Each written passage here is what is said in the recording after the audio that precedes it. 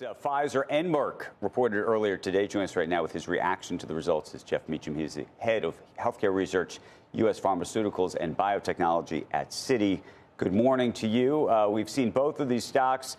Pfizer down, by the way, 5%. Merk holding in a lot better. But why don't we just go through the headlines here and what your reaction was? Yeah. Thanks, Andrew, for having me. Yeah, I would say for Merck, the guidance was a big worry going into the fourth quarter, just because you do have, the LOE issues. Merck's done a ton of deals. So I would say in general, investors are happier with the pipeline now that they've done a lot of BD. But the guide and going into the big Keytruda cliff in late 2028, 2029 is still a big deal. And then Pfizer, for sure, there was no change. Fourth quarter was good. There was no change to guidance, which they already gave. But I thought the Metsera data looked really competitive. Again, it's phase 2, but a lot of room to go, though, still in the terms of the development of their GLP-1. So if you could buy Pfizer or you could buy Merck right now, which one would you buy, and what does it look like 12 months from now? We have a neutral on both of them. I would say probably we favor Merck, just given the fact that they have, in fact, done pretty aggressive BD. They haven't quite solved for the patent cliff at the end of the decade, but I think they've made a ton of progress. But both stocks kind of bounced off the bottom, right, with all the pharma agreements with the White House last fall.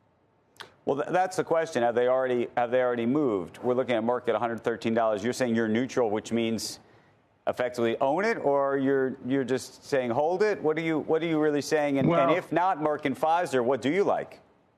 Yeah, I would opt for more the growthier stocks in the sector. So we're still big fans of Eli Lilly. They report later this week. And then on the biotech side, Gilead and Vertex are two that we like.